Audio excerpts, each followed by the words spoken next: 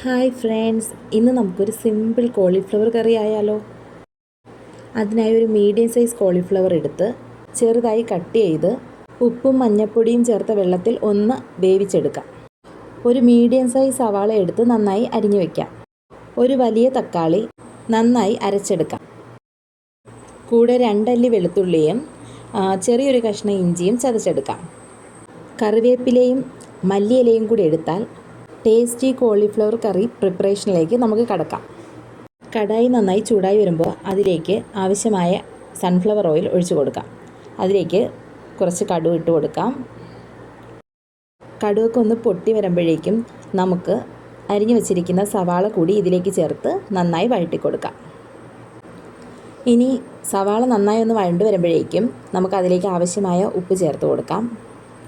സവാള നന്നായി ഒന്ന് വഴണ്ട് വെന്ത് വരണം. അതുവരേക്കും നമുക്ക് വെയിറ്റ് ചെയ്യാം. സവാളയൊക്കെ നന്നായി വെന്ത് വന്നിട്ടുണ്ട്. ഇനി അതിലേക്ക് ഇഞ്ചി വെളുത്തുള്ളി ചതച്ച് വെച്ചിരിക്കുന്നത് ചേർത്ത് നന്നായി ഇളക്കി കൊടുക്കാം. കൂടെ വേവിച്ച് വെച്ചിരിക്കുന്ന കോളിഫ്ലവർ കൂടി ആഡ് ചെയ്ത് ഇതിനെ നന്നായി ഒന്ന് ഇളക്കി കൊടുക്കാം. കോളിഫ്ലവർ നന്നായി ഒന്ന് വഴണ്ട് വരട്ടെ. ശേഷം ഇതിലേക്ക് 2 സ്പൂൺ മുളക് പൊടിയും 1 സ്പൂൺ മല്ലിപ്പൊടിയും ചേർത്ത് കൊടുക്കാം.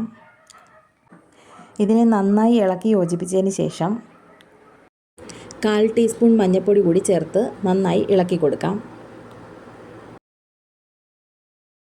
കൂടെ കുറച്ച് കറിവേപ്പിലയും കൂടെ ഇട്ട് കൊടുക്കാം.